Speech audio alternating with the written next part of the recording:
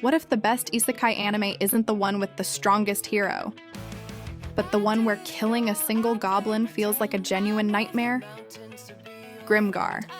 Ashes and Illusions quietly did what tons of modern isekai refuse to do. It made survival feel earned.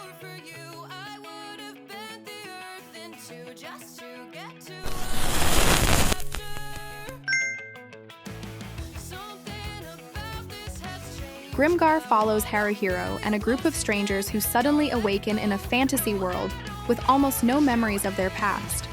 They aren't chosen heroes, and there is no cheat skill waiting for them. To survive, they become volunteer soldiers and form a party. The catch? Grimgar isn't a game. There are no respawns, no convenient plot armor, and no guaranteed victory. Every monster they fight can kill them. That simple idea changes the entire mood of the story.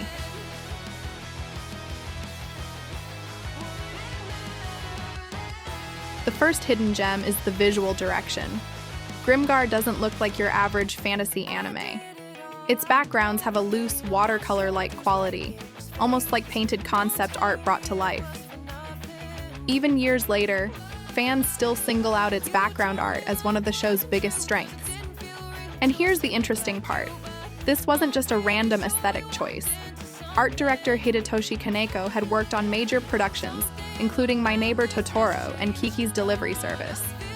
His visual approach, combined with director Ryousuke Nakamura, helped give Grimgar that dreamy but strangely melancholic atmosphere. The music is another secret weapon.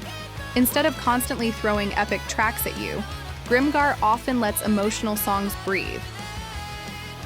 When the characters finally experience a major victory, the music can make that moment feel enormous, because the show spent so much time making every little victory matter. And that's exactly why its combat feels different.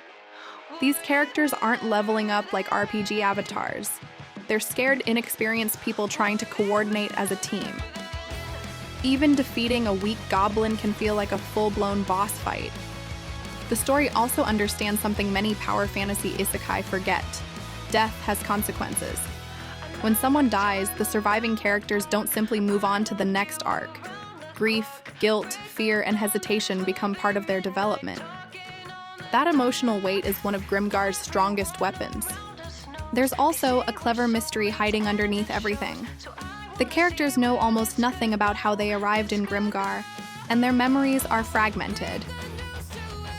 Instead of immediately dumping exposition on us, the anime lets that uncertainty become part of the experience. And then there's the world itself. Grimgar looks peaceful at first, but its fantasy setting constantly reminds you that humans aren't automatically at the top of the food chain. Even the goblins aren't treated like disposable XP bags. They have lives, routines, and their own sense of survival.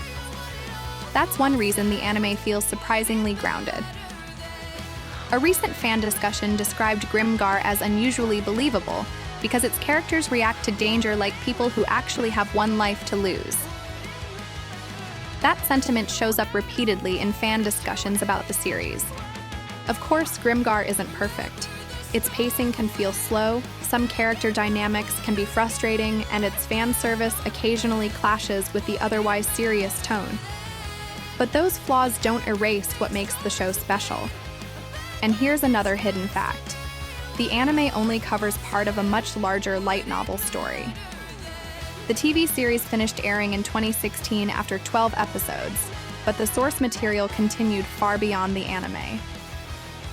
So when the anime ends, it doesn't really feel like the world of Grimgar is finished.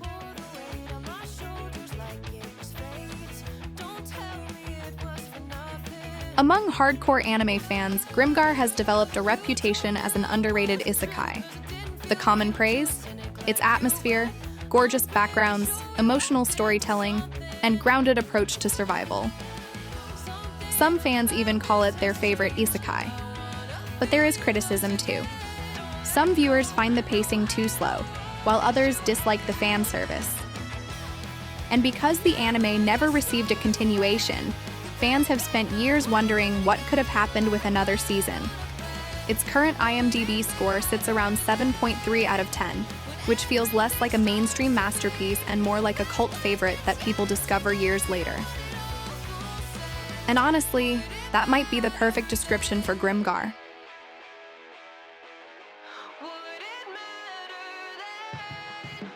Grimgar isn't the isekai you watch for insane power scaling or flashy shonen tropes. You watch it because its world feels fragile, its victories feel earned, and its characters feel human. The most mind-bending part? The thing that makes Grimgar feel so different today is exactly what made it easy to overlook back then. It refused to treat another world like a playground. It treated it like a place where people can lose everything. And maybe that's why, after all these years, Grimgar still feels like one of the isekai anime that deserved far more attention.